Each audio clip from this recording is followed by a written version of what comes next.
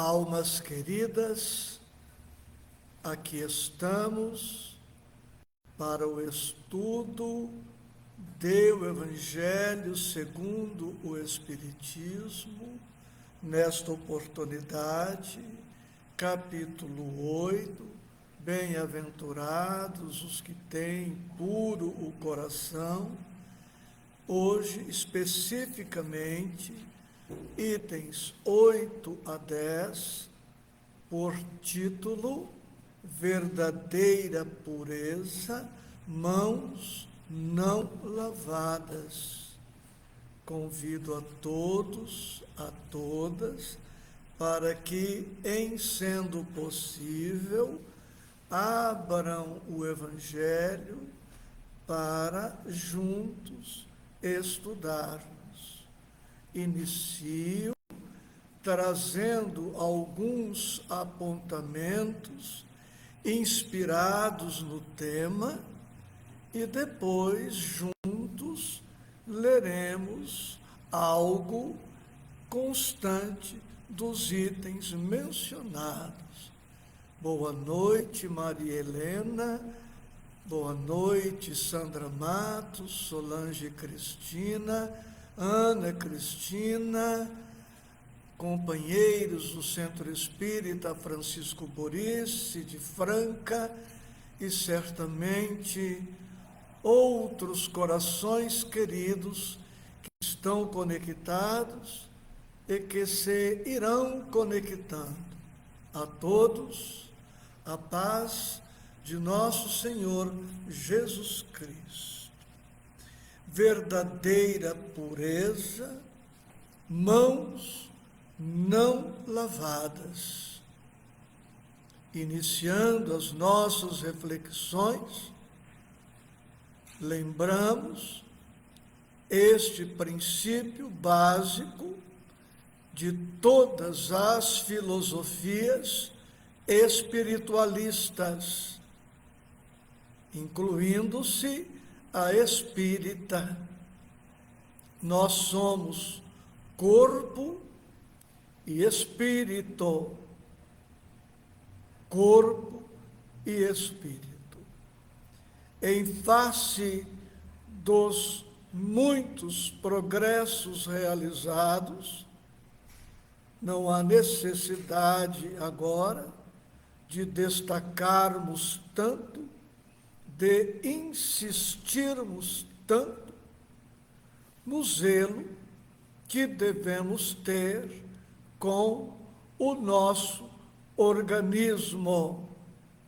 É prudente, é sensato, é razoável que periodicamente procuremos a medicina, fazendo exames preventivos, que nos submetamos aos tratamentos sempre que necessário, que utilizemos a medicação alopata, homeopata, outras.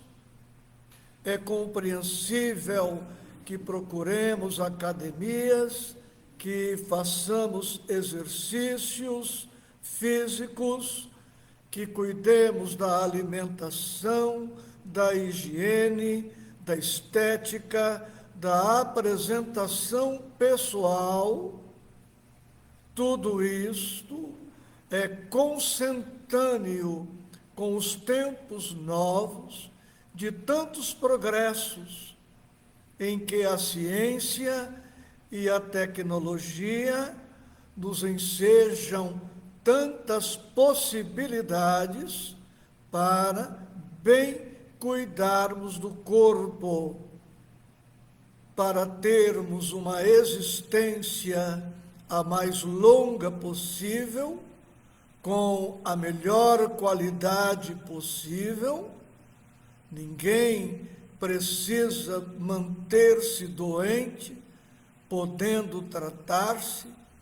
Ninguém deve evitar a medicação em sendo possível obtê-la. Ninguém está proibido de cuidar da aparência, da apresentação pessoal, em razão de tudo o que nós sabemos. Mas, se é compreensível, aceitável e desejável este cuidado com o corpo, é chegada a hora de toda a humanidade dar igual ou maior ou melhor atenção ao espírito imortal. Se o corpo, por natureza, condenado à morte, à degenerescência, é objeto de tanta solicitude de nossa parte, de tanta atenção de nossa parte, como explicar a negligência, a omissão, o descaso, o esquecimento, o desprezo que muitos votam ao espírito imortal? A doutrina cristã ou o Evangelho, expressão sinônima, recomenda que não descuidemos do espírito, asepsiando-o, higienizando-o, limpando-o, escoimando-o, purificando-o de todas as sujidades. Sujidades em forma de sentimentos, sujidades em forma de pensamentos, sujidades em forma de desejos, sujidades nas palavras, sujidades nos atos, sujidades nos comportamentos cotidianos. Necessitamos higienizar a alma, se não mais, pelo menos, na pior das hipóteses, da mesma forma como necessitamos higienizar o corpo. Mas, em verdade, a alma merece cuidados muito mais especiais do que o próprio corpo. É preciso que nós desenvolvamos o Cristo interno, que eduquemos a alma, que desenvolvamos todas as nossas possibilidades evolutivas, crísticas. Espera-se que o cristão e o espírita, que é cristão, cuidem das condições internas, da iluminação interna, da purificação íntima, adquirindo qualidades, virtudes, e que as nossas virtudes, contrárias aos vícios, sejam reais, verdadeiras, radicadas no espírito. O objetivo da religião, de um modo geral, é tornar seus adeptos melhores. Espera-se que todo profitente desta ou daquela doutrina religiosa tenha tempo, encontre motivação, disposição para investir nos valores espirituais. E para isso, necessitamos fugir, quanto possível, das aparências exteriores, não basta aparentarmos a virtude, não basta demonstrarmos honestidade, fidelidade ao dever, somente na aparência. Precisamos fazer uma distinção entre o que é doutrina religiosa constituída pelos homens e a doutrina cristã espírita propriamente dita para nós que somos espíritas. Não nos equivoquemos. A teologia clássica estabeleceu um corpo de princípios, uma doutrina, e esta doutrina, estatuída pela teologia clássica, nem sempre apresenta coerência, compatibilidade com a doutrina cristã genuinamente considerada.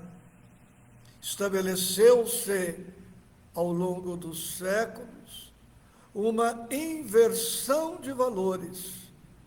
Dá-se mais importância a práticas exteriores do culto do que a mensagem cristã na sua essência mais profunda.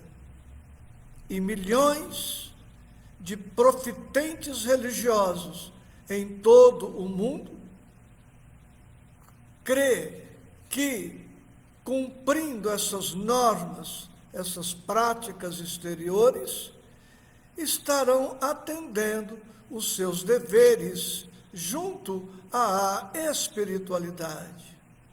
E é assim que frequentam o culto, o templo, de maneira mecânica, automática, desincumbindo-se de uma obrigação.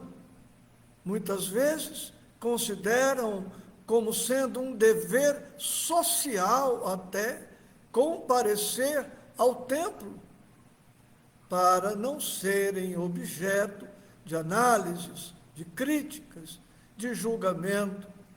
Muitos crentes de todas as denominações creem que basta ajoelhar, fechar os olhos, rezar X vezes esta ou aquela prece no automático, no mecânico, sem que o coração, sem que a alma estejam necessariamente associados. Neste estudo de hoje, entendamos que a tradição religiosa, por mais respeitável, não tem o poder, não tem a autoridade de tornar inútil o mandamento de Deus, o Evangelho, as normas divinas. Precisamos, no que for razoável, obedecer às tradições, ajustarmos-nos ao rito estabelecido pela doutrina religiosa que abraçamos, mas será em Cristo Jesus, será no Evangelho que realmente encontraremos as normas definitivas, profundas, eternas, para os nossos espíritos imortais. Honramos a Deus, não quando nos submetemos às tradições das igrejas, mas honramos a Deus quando obedecemos às suas leis. Em todas as oportunidades, quando de sua presença entre nós, Jesus Cristo enfatizava isto, dizendo que precisamos, antes de tudo, cuidar da nossa pureza interior, da nossa alma, como está dito, e logo mais leremos todo o texto, o que sai da boca procede do coração, e é o que torna impuro o homem, porquanto do coração é que partem os maus pensamentos, os assassínios, os adultérios, as fornicações, os latrocínios, os falsos testemunhos, as blasfêmias e as maledicências. E Jesus diz, no estudo desta noite ainda, que arrancada será toda planta que meu Pai Celestial não plantou. Arrancada será toda planta que meu Pai Celestial não plantou. Ou seja, todas as regras, todas as normas estabelecidas pelos homens, normas que estejam em contradição com a pureza e a divindade do Evangelho, essas normas não subsistirão. Estão com seus dias contados. E como consta de Lucas, capítulo 11, versículo 37 seguintes, diz Jesus aos fariseus: vós outros pondes grande cuidado em limpar o exterior do copo e do prato. Entretanto, o interior dos vossos corações está cheio de rapinas e de iniquidades. Insensatos que sois! Aquele que fez o exterior não é o que faz também o interior? Aquele que fez o exterior não é o que faz também o interior? Ora, é o Espírito quem cuida do corpo. Não é o corpo quem cuida do corpo, porque o corpo não tem inteligência, não tem autonomia. O corpo em tudo depende do Espírito.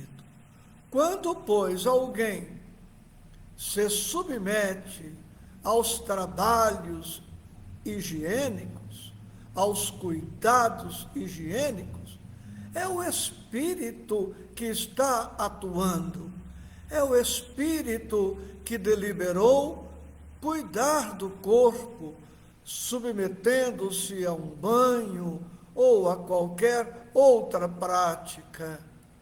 É chegada a hora, no estágio evolutivo em que nos encontramos, de o mesmo Espírito que percebe a necessidade de higienizar o corpo, perceber igualmente que é chegada a hora de higienizar-se interiormente.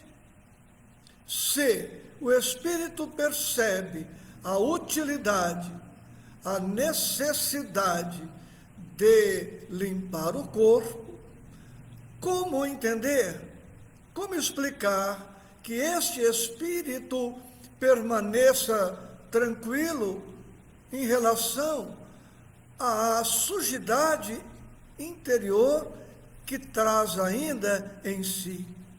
Como não sentir-se tão incomodado com os maus sentimentos, os maus pensamentos, as más palavras, como fica incomodado com um corpo carente de mais atenção, de maior higiene.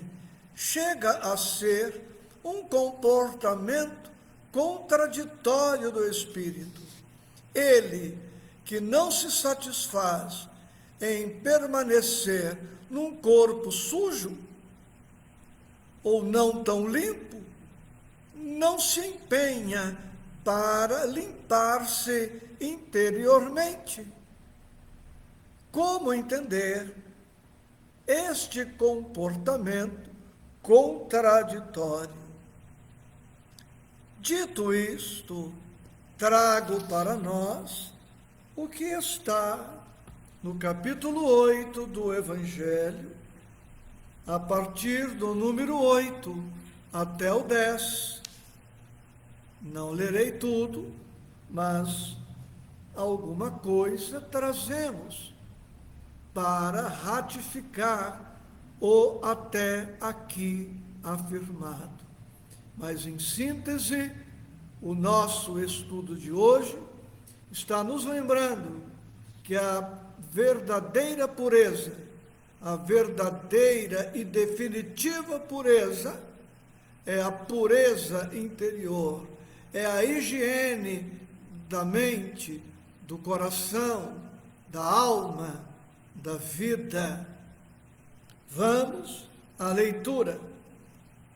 Então, os escribas e os fariseus, que tinham vindo de Jerusalém, aproximaram-se de Jesus e lhe disseram: por que violam os teus discípulos? Vejamos, a tradição dos antigos, uma vez que não lavam as mãos quando fazem suas refeições. Jesus lhes respondeu: por que violais vós outros o mandamento de Deus? E faço uma pausa. Os fariseus, que não seguiam os mandamentos de Deus, estavam preocupadíssimos porque os discípulos de Jesus não seguiam as tradições. Por que violais vós outros o mandamento de Deus para seguir a vossa tradição? Porque Deus pôs este mandamento: honrai a vosso pai e a vossa mãe, e este outro: seja punido de morte aquele que disser a seu pai ou a sua mãe palavras ultrajantes. E vós outros, no entanto, dizeis: aquele que haja dito a seu pai ou a sua mãe, toda oferenda que faço a Deus vos é proveitosa, satisfaz a lei, ainda que depois não honre nem assista a seu pai ou a sua mãe. Tornam assim inútil o mandamento de Deus pela vossa tradição.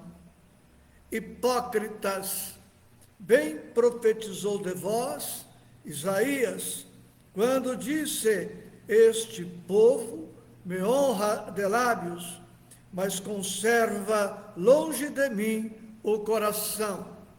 É em vão que me honram, ensinando máximas e ordenações humanas. Depois, tendo chamado o povo, disse: escutai e compreendei bem isto. Não é o que entra na boca que macula o homem. O que sai da boca do homem é que o macula.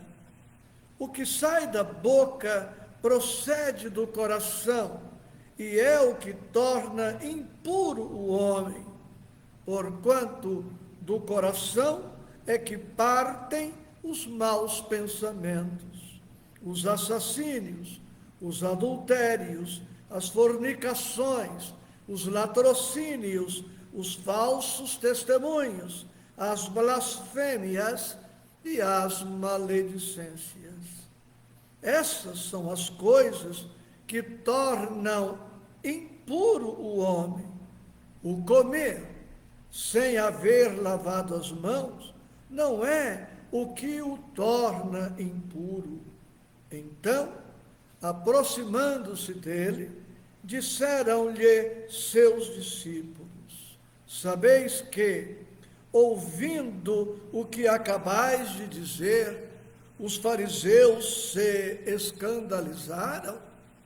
Ele, porém, respondeu: arrancada será toda planta que meu Pai Celestial não plantou. Deixai-os, são cegos que conduzem cegos. Se um cego conduz outro, caem ambos no fosso. Enquanto ele falava, um fariseu lhe pedia que fosse jantar em sua companhia. Jesus foi e sentou-se à mesa. O fariseu entrou então a dizer consigo mesmo: por que não lavou ele as mãos antes de jantar? Disse-lhe, porém, o Senhor: vós outros, fariseus, pondes grande cuidado em limpar o exterior do copo e do prato. Entretanto, o interior dos vossos corações está cheio de rapinas e de iniquidades. Insensatos que sois! Aquele que fez o exterior não é o que faz também o interior? E no item 10, Allan Kardec anota: os judeus haviam desprezado os verdadeiros mandamentos de Deus para se aferrarem à prática dos regulamentos que os homens tinham estatuído, e da rígida observância desses regulamentos faziam casos de consciência. Mais tarde, depois, a partir do quarto século da era cristã, os cristãos, atrelados a Roma, começaram novamente a descaracterizar, a desvirtuar, a adulterar o evangelho original do Cristo. E tantas deturpações ocorreram que ao longo dos séculos passou-se a dar mais importância às tradições, às máximas, às ordenações dos clérigos, dos teólogos, do que ao evangelho propriamente dito. E foi necessário que o Cristo oportunamente enviasse o Consolador, hoje presente no mundo, através da doutrina espírita, para resgatar, restaurar, recordar os ensinamentos genuinamente do Cristo, encontrados agora em toda a sua pureza na doutrina espírita cristã. É por esta razão que a doutrina espírita preconiza como sendo essencial o Evangelho do Mestre. Podemos orar em qualquer posição do corpo, podemos ou não adotar esta ou aquela prática religiosa, batizar ou não, seja por aspersão ou imersão, isso tudo são coisas estabelecidas pela teologia, pelos profissionais da fé. não compondo o evangelho original de Jesus, que o Espiritismo retoma e por isto é tão combatido, porque ele contraria os interesses de castas, os interesses hierárquicos, os interesses eclesiásticos, porque o Espiritismo tem compromisso com Jesus e não com os homens e as instituições dos homens. Fica a sugestão para a leitura atenta desses tópicos. E acrescento ainda para os nossos estudos, livro Caminho, Verdade e Vida, de Emmanuel e Chico, capítulo 74, Mãos Limpas. E o livro Palavras de Vida Eterna, ainda de Emmanuel e Chico, capítulo 147, Mãos em Serviço. Limpemos o coração, a mente, a alma, compreendendo que isto é um processo gradual, paulatino, progressivo, lento, difícil, mas que todos nós precisamos nos dar ao trabalho de iniciar este processo para que saiamos pela porta da desencarnação melhores do que quando aqui chegamos pela porta do berço.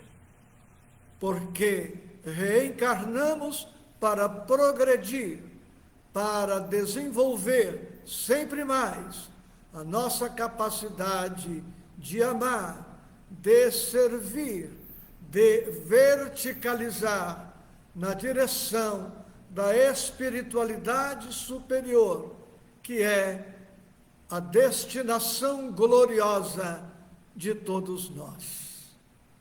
Muita paz, com muita gratidão.